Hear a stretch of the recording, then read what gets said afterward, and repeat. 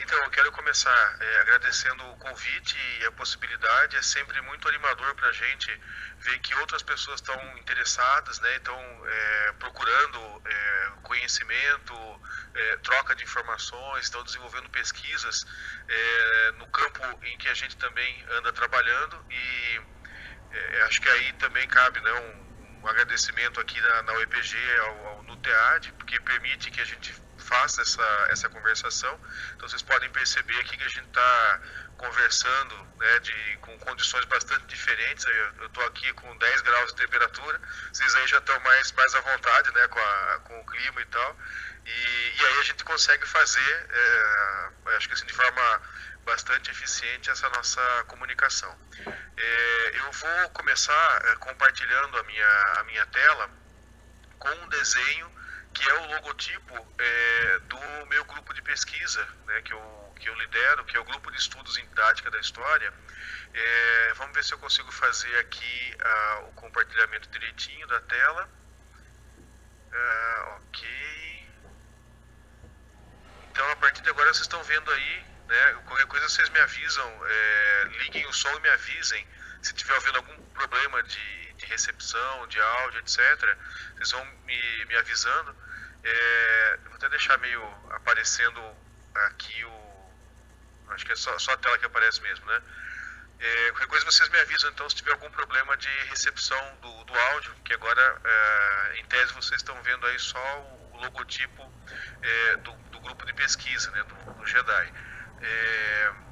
Esse logotipo, ele é uma charge que apareceu no Salão do Humor de Piracicaba no comecinho dos anos 70. Eu não sei precisar para vocês se é 74, 75, 76, mas foi nesse período assim em que a condição política ela estava entre a saída dos anos de chumbo, né, daquele período mais fechado da ditadura militar, e o começo de algumas promessas de redemocratização, de abertura política, né, de anistia, etc.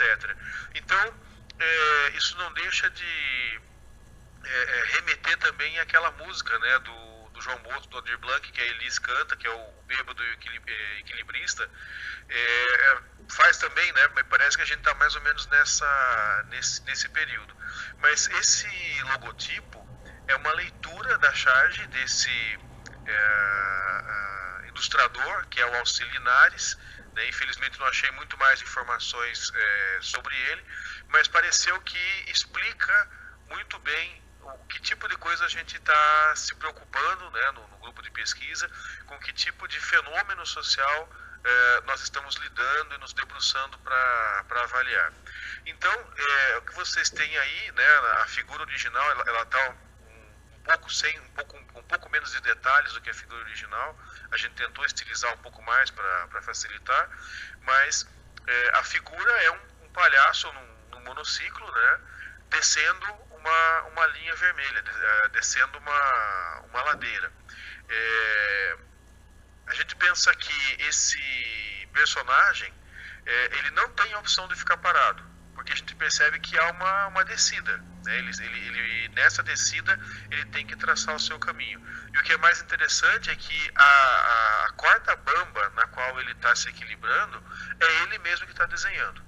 Nós imaginamos que essa figura é uma metáfora muito interessante para o objeto central, né, um dos objetos mais importantes do nosso grupo de estudos, que é a consciência histórica. Ou seja, em linhas gerais, é aquela capacidade humana de dar sentido ao tempo, né, de representar o tempo, de certa forma, colocar esse fenômeno que nós não conseguimos explicar direito dentro dos nossos referenciais, dentro das coisas, das imagens, né, das referências, das ideias que nós temos, que nós conseguimos expressar, e com isso, com esse trabalho de representação do tempo, estabelecer um sentido para ele, de modo que nós possamos navegar, né, ou nos direcionar, ou nos orientar nesse sentido. Então, esse trabalho de desenhar essa linha na qual nós nos deslocamos sem ter alternativa de não nos deslocar, porque o tempo, né, a gente pode até fazer uma metáfora aí nessa figura do tempo e da gravidade. Ou seja, por mais que nós tenhamos recursos, por mais que a gente consiga, né, colocar alguém em órbita mesmo, a gravidade sempre vai cobrar o seu preço, né, e caso a gente não consiga escapar definitivamente dela, como quem manda um satélite, né, a Voyager lá para explorar o universo. Fora esses pequenas exceções que confirmam a regra, a gravidade sempre cobra o seu preço. A gente sempre vai voltar para o chão em algum momento. E o tempo pode ser comparado em parte com a força da gravidade. Quer dizer, é alguma coisa que é irresistível e que é alguma coisa que é impessoal, ou seja, é algo que não está na esfera de governabilidade do ser humano. Você pode mudar a sua forma de se relacionar com o tempo, você pode usar melhor o seu tempo, você pode usar pior o seu tempo, mas a passagem do tempo é alguma coisa que é irresistível, é alguma coisa que você não tem opção, né, de parar.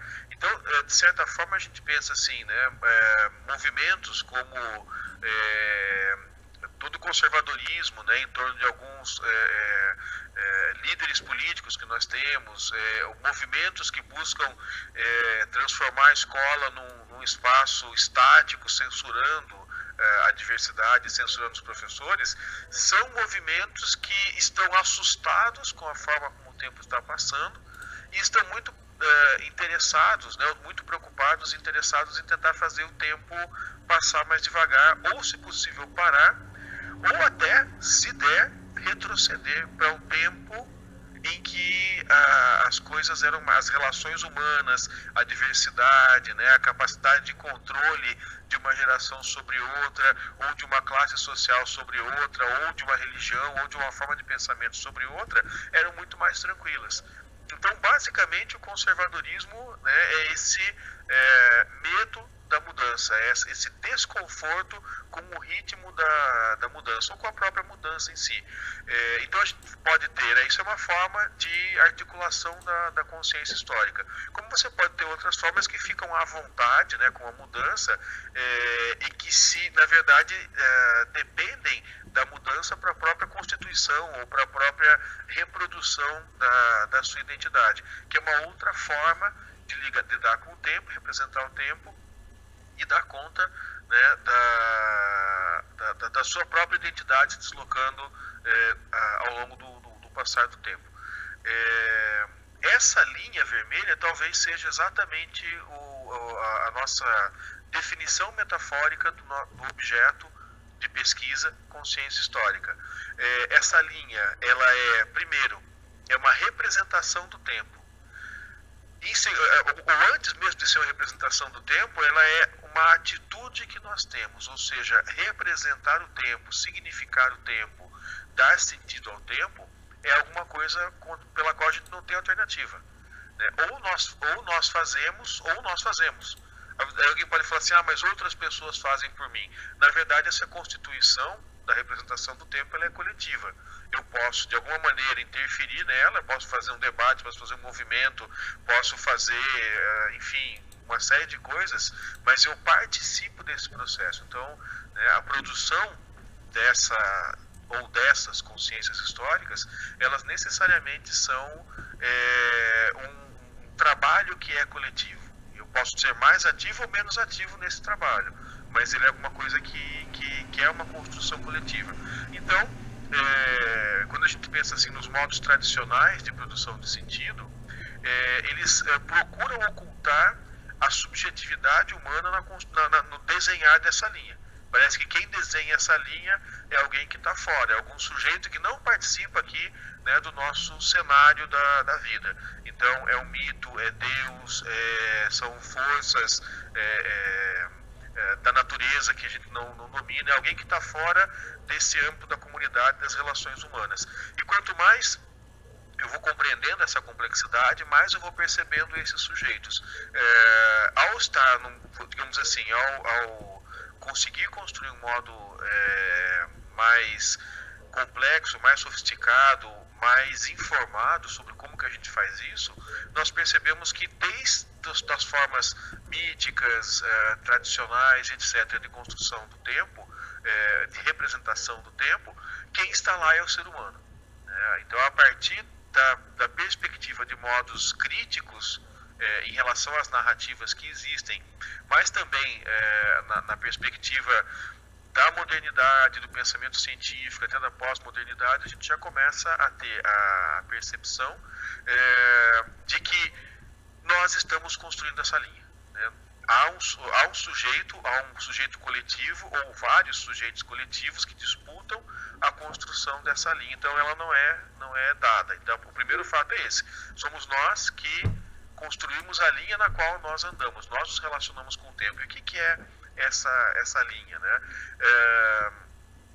É esse trabalho de representação que eu preciso fazer para que eu possa viver no tempo. Eu não tenho a opção de viver no tempo sem representá-lo. Na verdade eu tenho, né, por algum momento, mas eu consigo imaginar assim, viver no tempo sem ter uma representação dele, é basicamente quando eu estou em coma. Ou quando eu estou com uma patologia muito grave, uma perda de memória, alguma coisa assim. Ou seja, quando eu perco a memória, eu deixo de me relacionar com o meu passado. Como é que eu vou fazer para continuar vivendo? Eu vou ter que ou recuperar minha memória, ou construir uma memória nova. Alguém vai me ajudar a construir essa memória, as pessoas vão lembrar quem eu era, quem são as pessoas com quem eu me relacionava, etc. E caso eu não consiga mesmo recuperar, quer dizer, eu não me lembro dos meus próprios familiares, etc., eu necessariamente vou ter que construir uma relação com isso, ou seja, vou ter que estabelecer uma outra linha pessoal que se encaixe nessas linhas coletivas que são a interpretação do tempo. Essa linha, ela articula, né, o passado, que eu dou um significado. Ela significa, né, aquele ponto exato em que a roda toca, né, esse pontinho aqui exato em que a roda toca a linha, a corda bamba, ele é o presente no qual eu estou me deslocando. E esse presente tem uma fronteira sempre fugidia. Né? O ponto que eu estou tocando dessa linha está sempre se modificando. Esse é o nosso presente. Mas é nesse presente que eu efetivamente se sustenta o peso da nossa existência. É nesse ponto exato do presente em que a gente age. Por que a gente age? Porque a gente tem uma representação do passado. Eu não tenho possibilidade de agir se eu não tenho uma representação do passado. Né? Vamos dar um exemplo assim bem banal. Se eu acordo por uma desgraça num belo dia e não lembro nada do meu passado, alguém chega e fala assim: corre, você tem que fazer a prova do concurso público, você tem que fazer a prova do vestibular. E eu vou falar: não vou fazer, eu não sei nem quem eu sou, não lembro nada, não adianta eu querer fazer alguma coisa. Ou seja, não ter um passado, uma representação, uma leitura, uma avaliação do seu passado, é uma coisa que te impede de agir no presente. Nós só agimos no presente porque nós temos uma representação do passado. Agora, não só uma representação do passado, quer dizer, só com o passado a gente não vai ter condições de agir.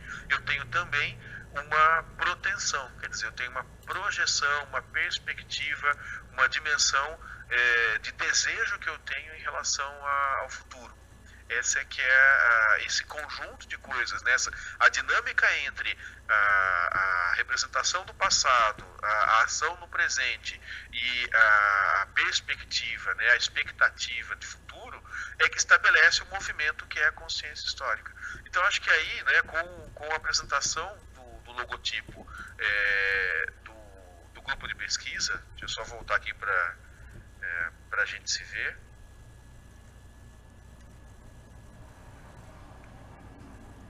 Voltamos para cá, né, na perspectiva então do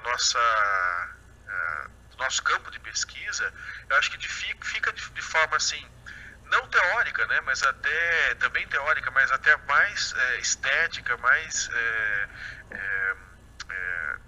representativa mesmo, discursiva mesmo, fica estabelecido aí como que nós estamos entendendo, como que nós estamos acompanhando a compreensão da consciência histórica. Então, tem uma série de autores que trabalham essa perspectiva e me parece que essa é a forma mais didática, mais efetiva, né, de explicar como nós estamos lendo esses autores e entendendo, colocando aí num espaço específico. Me deem um sinal, vocês estão escutando bem, está dando tudo certo? Ok, obrigado. Então eu vou passar de novo para compartilhar uma outra tela. E aí eu vou né, ficar um pouco nessa figura, nesse mapa conceitual, e vou falar um pouco sobre ele, porque daí ele detalha o que é a consciência histórica e ele foi estabelecido, né, esse mapa conceitual que eu vou projetar, ele foi estabelecido com base no questionário que nós usamos para o projeto de pesquisa Jovens e História. Né, a função do Jovens e História é tentar coletar. Foi uma experiência europeia que nós adaptamos, né, replicamos, mas adaptamos para a América do Sul, para alguns países da América do Sul, e que nós tentamos coletar elementos que nos permitam conhecer essa consciência histórica dos alunos em articulação com a cultura política, em articulação com o ensino de história. São esses, vamos dizer assim, esses pontos, né, mais fortes que nós estamos preocupados em compreender. E aí, a partir do questionário, então, a gente pode traçar aí um mapa conceitual sobre quais são vamos dizer assim, os pontos que constituem a consciência histórica. Então, vou passar de novo para compartilhar minha tela aqui e projetar o mapa conceitual sobre a consciência histórica.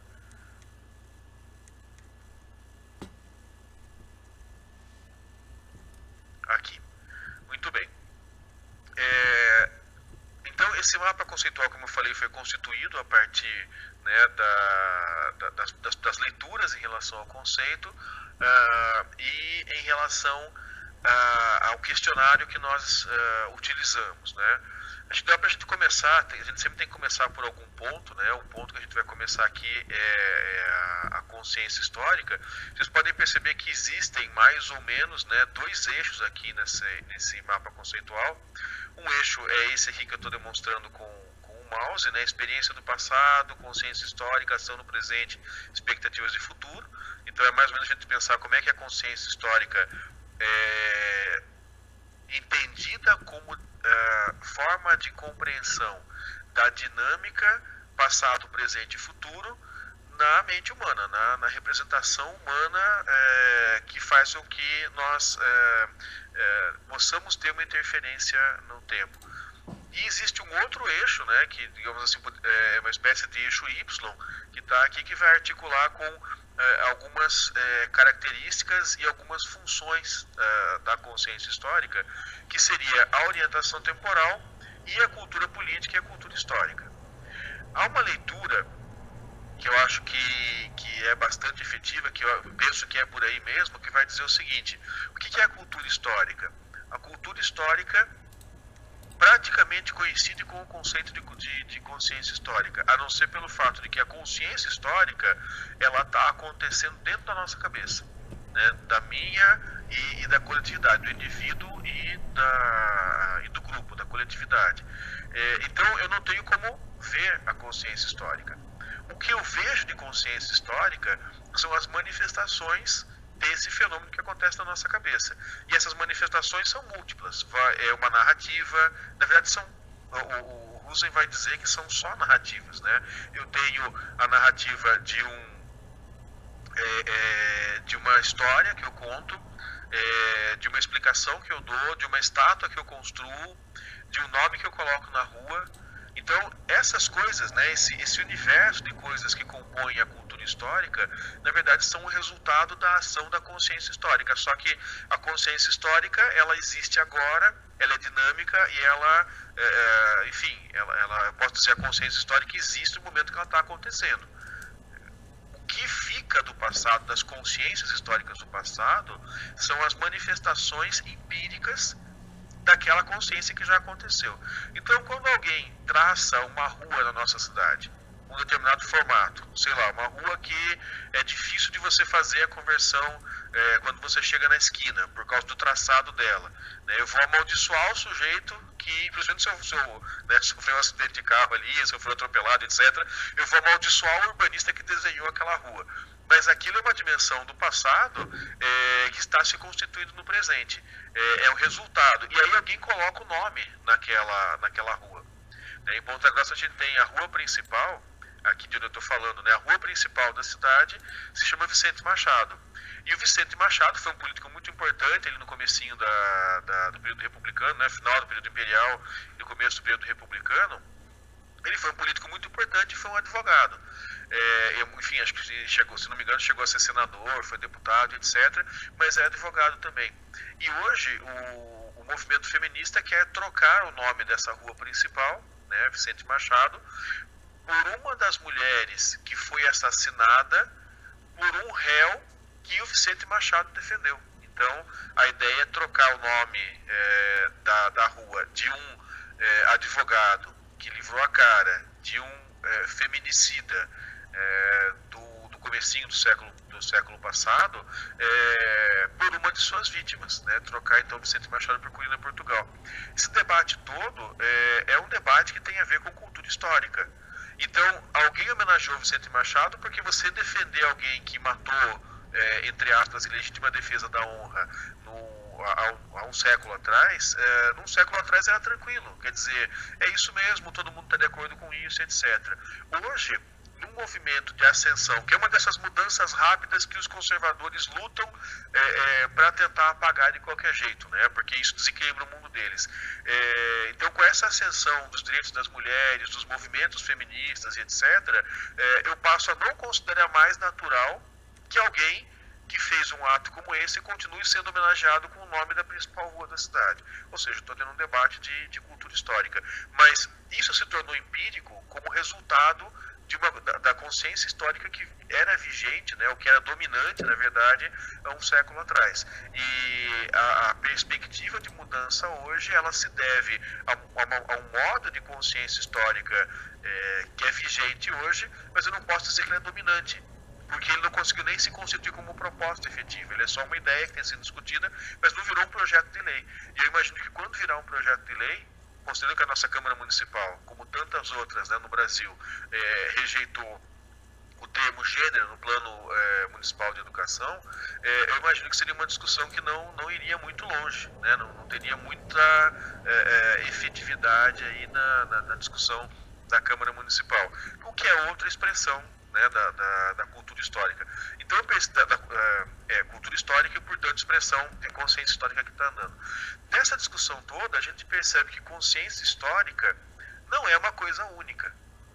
Porque os indivíduos, por mais que a memória seja, né, para lembrar o Maurice Aubax, que a memória seja um dado coletivo, e, portanto, né, a gente tem uma dimensão de coletividade muito forte na constituição da nossa própria identidade, quanto mais nós avançamos para a modernidade, mais as pessoas vão sendo diversas, mais elas vão tendo possibilidade de serem diversas, né, e menor é a necessidade de que elas reproduzam um padrão anterior, como numa situação pré-moderna, em que você nascia numa condição e morria naquela condição. Né? Você não tem nenhum processo de poder se reinventar, de ser quem você quiser ser. Isso é uma coisa tipicamente moderna e, na verdade, até pós-moderna. Né? Você poder escolher a sua identidade, poder, né, ir atrás das coisas que você quer, que você deseja, que você sente, que você pensa. Em vez de reproduzir aquilo que seu pai foi. Então, a gente tem já um dado adicional aí, que é o fato de que a consciência histórica é múltipla e que existem confrontos, né, entre as consciências históricas que se expressam nos debates sobre a cultura histórica.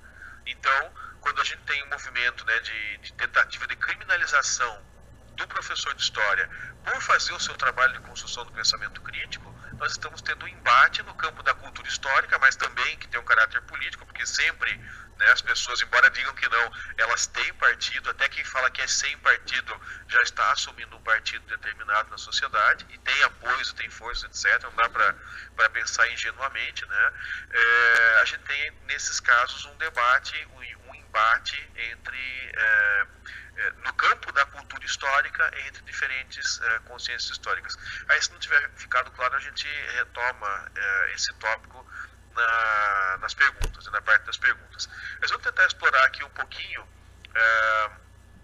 esse mapa conceitual. A consciência histórica, ela vai produzir essa perspectiva da orientação temporal. Então vamos ver lá o que viria a ser essa orientação temporal. A orientação temporal é mais ou menos a resposta a essas perguntas que estão aparecendo aí, né? Como a história funciona, como o tempo funciona. Basicamente se trata de responder quais são os motores ou quais são os fatores que movem a história. Então eu posso responder essa pergunta de distintas formas, mas eu tenho que responder essa pergunta para mim. De alguma maneira eu tenho que ter essa pergunta respondida para mim, às vezes até de forma semi-consciente ou subconsciente, eu preciso ter essa pergunta respondida para que eu possa agir no tempo, né? Por exemplo, se eu acho que na sociedade a história é um processo de reprodução das coisas que acontecem porque sempre aconteceram, eu não tenho nenhum estímulo para tentar vencer a minha condição, né? Se eu estou numa determinada condição e quero sair dela, né, e acredito que na verdade as coisas sempre foram assim, sempre vão ser assim, eu não tenho estímulo para sair da situação em que eu estou. Por outro lado, se alguém me convence, né, de que tudo que você precisa para sair da sua condição é fazer um esforço enorme, eu posso me mobilizar. Se eu entendo que a história funciona dessa maneira, eu posso me mobilizar para, como diz o pessoal no popular, para ralar muito e tentar superar a minha condição e ir para uma outra situação. As duas coisas podem ter aspectos de efetividade e aspectos de ilusão também, né? Aí a gente pensa assim, quais são os sujeitos principais? A pergunta, quem é o sujeito principal, quem é sujeito secundário, quem que não é sujeito, ela também é um fator de orientação temporal.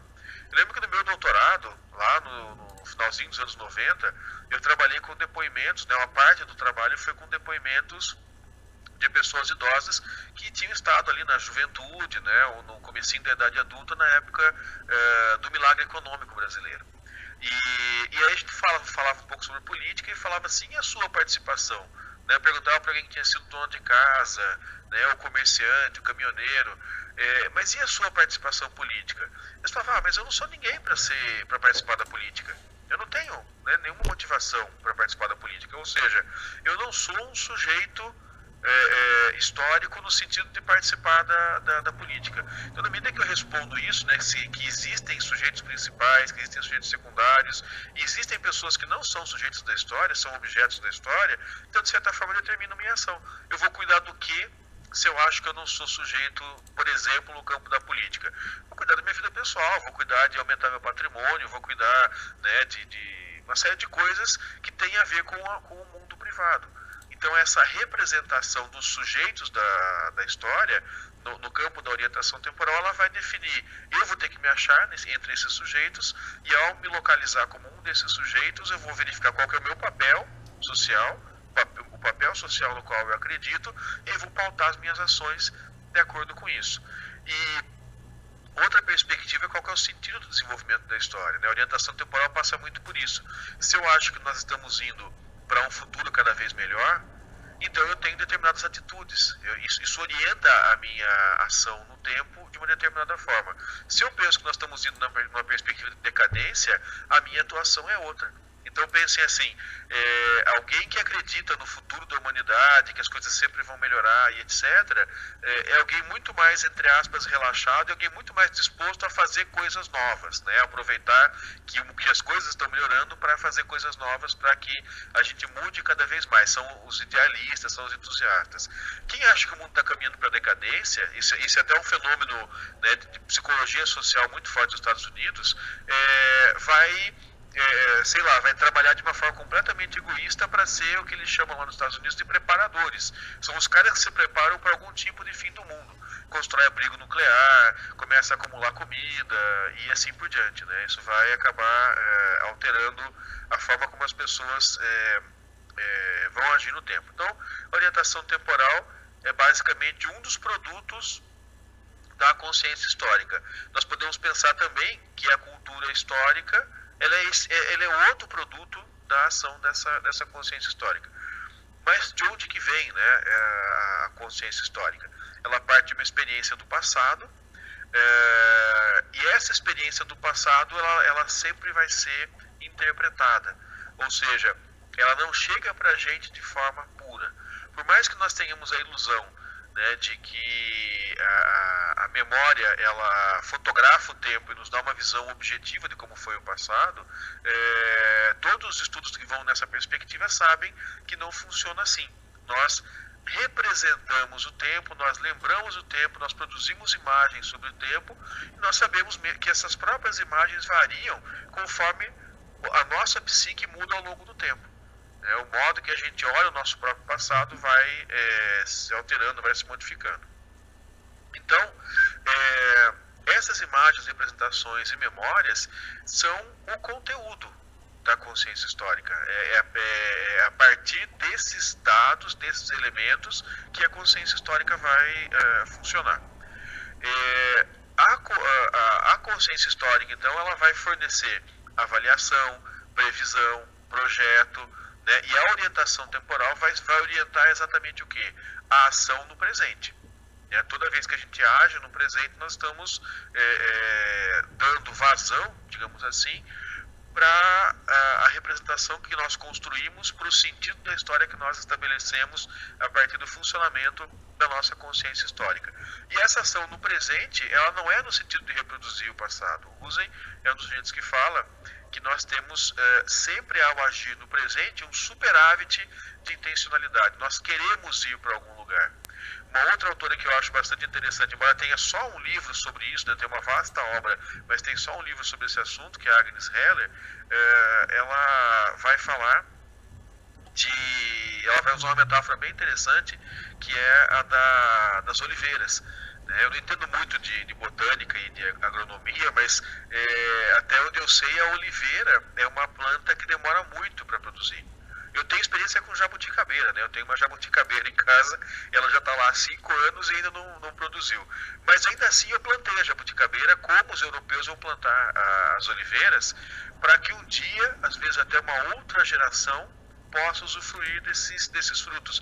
Então eu vou agir no presente e vou plantar, vamos pensar no caso brasileiro, uma jabuticabeira. Ora, se eu tivesse só preocupado com o presente, eu não plantava, porque eu não vou comer já no presente, né? Eu não vou desfrutar do resultado dessa minha ação de plantar a jabuticabeira no presente. O próprio ato, talvez, né, de plantar, quando o ser humano se torna de coletor a plantador, né, a agricultor, esse próprio ato, eu imagino que vai desenvolvendo, vai ampliando, né, vai fazendo com que a consciência histórica cresça, porque eu sei que eu planto o milho e eu vou demorar 3, 4, 5 meses para poder ter esse resultado. E a oliveira, ela ultrapassa o meu tempo de vida, então ela amplia ainda mais essa minha proteção, essa minha perspectiva de futuro. Muito bem, o que mais que articula essa consciência histórica? Como eu já falei sobre, né, a cultura histórica, como que ela se relaciona com a consciência histórica, mas a gente pode pensar um pouquinho a partir de algumas definições. Então aqui, né, da Marta Abreu e do Flores, do que seria essa cultura histórica. Então, é o conjunto, né, de fenômenos históricos culturais de representação, né, da nossa forma de lidar com a temporalidade, né, e da promoção de usos do passado. Ao mesmo tempo, a cultura histórica, né, é esse processo de articulação, ou expressa essa articulação entre a produção, a transmissão e a recepção do conhecimento histórico. Quando a gente fala em cultura histórica, a gente está pensando numa espécie de economia, né, produção, distribuição e consumo de conhecimento histórico. Muito bem. A cultura histórica influencia a cultura política. Se você vai na Argentina, por exemplo, e você tem sei lá, quando a Cristina Kirchner resolve mudar, eu sempre gosto de usar esse exemplo porque eu acho bastante expressivo. Cristina Kirchner vai mudar alguma coisa em termos de aposentadoria. Quando ela lança a discussão, os meios de comunicação vão colocar no ar ninguém menos que o Perón. Ou seja, vão pegar um vídeo, né, lá do arquivo em que o Perón fala sobre aposentadoria. Ou seja, a cultura histórica argentina, ela tem o centro de gravidade dela no passado. Então, o debate político atual sempre vai se referir de alguma forma à discussão que está acontecendo, à informação do passado. Vão se buscar elementos para pensar o presente de forma muito mais efetiva, muito mais forte do que no nosso caso, lá no passado. E nós não, né? Nós estamos sempre dando pouco espaço para o presente e a discussão política geralmente aponta para o futuro. Então esse é um dado de cultura política, de cultura histórica. Posso ter um centro de gravidade da cultura histórica mais voltado para o passado ou mais voltado para o futuro. Ele pode ser mais tradicional ou ele pode ser menos tradicional e assim por diante. Por sua vez, a cultura política ela é um outro campo de estabelecimento das nossas características culturais. Então eu posso ter, por exemplo, uma cultura política altamente carismática, ou seja, nós sempre estamos esperando um salvador da pátria. Esse é um dado de uma cultura política carismática. Ou eu posso ter um dado de uma cultura política que seja democrática. Estou sempre rejeitando os salvadores da pátria e sempre chamando todo mundo para construir uma decisão coletivamente e respeitando o resultado dessa construção coletiva. Ou eu posso ter uma cultura autoritária. Eu acho que no Brasil a gente tem um pouquinho de cada coisa e a gente tem, na verdade, uma cultura autoritária que é pressionada por uma cultura democrática e ela tem que agir, né, no sentido de parecer democrática, embora ela acabe significando a imposição da opinião de quem tem mais poder. Isso, eu acho que para mim assim, o exemplo clássico que traduz isso é o impeachment da Dilma. Desculpem me posicionar politicamente, mas eu acho que isso expressa muito bem um aspecto importante da nossa cultura política. Então, como é que a gente detalha essa cultura política no caso lá, por exemplo, do questionário, né? Essa cultura política, ela vai dar conta de personagens históricos, quer dizer, quais são os personagens. Opa, estou tendo uma rebeldia aqui da minha tela. Deixa eu ver se eu volto lá. Tá aqui, cultura política, né? Eu tenho, por exemplo, a constituição da cultura política. Participam personagens históricos que são importantes e personagens atuais que têm mais importância ou menos importância. Quer dizer, qual a importância de um grande educador e a importância de um jogador de futebol, por exemplo. Quais são os grupos com os quais eu me solidarizo e de que forma eu participo de uma hierarquia de grupos, né? Que posição política que eu tenho diante do sistema vigente. Então, se torna ditadura militar, que posição que eu tenho, se torna democracia, que posição que eu tenho sobre democracia. Alguns personagens que representam sistemas ou regimes ou que resumem, né, questões centrais para a nossa vida, como por exemplo Hitler, que vai resumir discussões que são centrais para nós, como autoritarismo, democracia, racismo ou igualdade racial, uma perspectiva ilustrada e científica ou uma perspectiva obscurantista e assim por diante, né? Ao mesmo tempo que a gente pode se posicionar em relação a Hitler, por exemplo, a gente pode se posicionar em relação à ditadura militar, à ditadura do Estado Novo, né, à República Velha, etc. E a cultura política se constitui também de como nós explicamos as diferenças sociais. Então aqui vocês têm, né, dois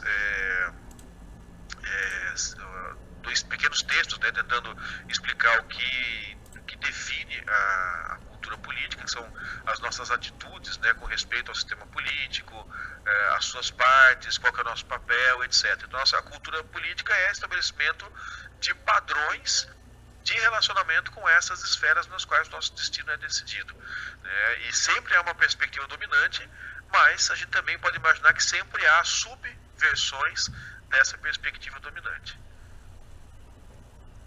Vou voltar lá para o nosso mapa. Eu já estou mais ou menos no tempo, né, que eu gostaria de não me estender demais, então vou procurar ganhar um pouquinho de tempo aqui.